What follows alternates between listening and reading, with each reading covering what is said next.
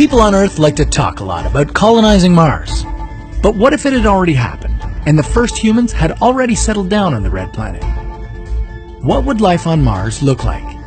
Would we be able to live on the surface, or have to hide underground from all the solar radiation that Mars gets exposed to? Would we be able to terraform it? This is What If, and here's what would happen if we lived on Mars. Ever felt like getting off this planet? Well, consider Mars, fourth rock from the Sun. It can be as close as 56 million kilometers away. It can also be as far as 401 million kilometers away. Even if you jumped into the fastest spacecraft ever launched from Earth, getting there would take anywhere from 40 days to 9.5 months, depending on the position of the planets. And after all that time spent in space, you'd finally see dry and lifeless Mars on the horizon. Would you be able to survive there? What would you need to survive on Mars anyway? First off, you'd have to figure out how to produce oxygen to breathe. The Martian atmosphere is very thin, and it's 95% carbon dioxide. You wouldn't be able to just bring the oxygen you need to survive, but you could extract it from the carbon dioxide with machines like NASA's MOXIE. Not only would that provide you and other Martian settlers with breathable air, but also supply you with liquid oxygen propellant. That's the stuff you'd need to lift a rocket off Mars, in case you decide to return to Earth. There's no fertile soil on Mars to grow food in. Instead, you'd use hydroponics, cultivating your crops in a mineral and nutrient solution. No soil required. Of course, without running water on the surface, your colony would only be able to grow 20% of the food you'd need. The rest of it you'd have shipped in from Earth. But don't expect fresh meat. All your food would come dried. Along with the other settlers, you'd probably live in inflatable pressurized buildings. But it's more likely that you'd go underground. Because Mars has no global geomagnetic field, and since its atmosphere is so thin, radiation levels in the orbit above Mars are 2.5 times higher than at the International Space Station.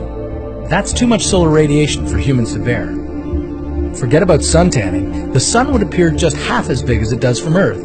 And if you want to go outside and return alive, you'd need a spacesuit to make up for the near-absent atmospheric pressure and to block radiation. Your suit would also keep you warm, which is important because temperatures on Mars are very low.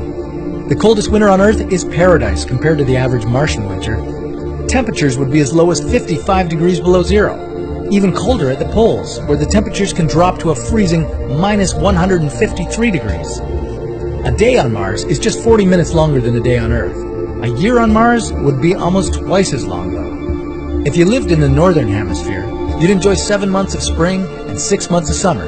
Then there would be a 5-month-long autumn and another 4 months of winter. And not only are the temperatures there low, they can also change dramatically within a week. These variations often result in powerful dust storms. They wouldn't harm you, but they'd clog all your electronics. Remember, too, that the gravity on Mars is about 1/3 of Earth's. You'd need to learn how to walk again. Still want to move to the red planet? Well, your best bet is to wait until the first human colonies head there to terraform the planet, to make it just like the one they came from. They'd import ammonia ice from the atmospheres of other planets to heat Mars up a little. The heat would convert the dry ice at the Martian North Pole into gas and give the planet an atmosphere. Still unbreathable for us, but at least it would be enough to create atmospheric pressure so that you could finally take off your spacesuit. Then, they'd extract water from the vast reserves of water ice locked beneath Mars's surface. Water vapor would make the atmosphere thicker and thicker.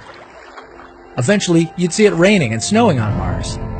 And after maybe 1,000 years, there'd be enough oxygen for humans to breathe.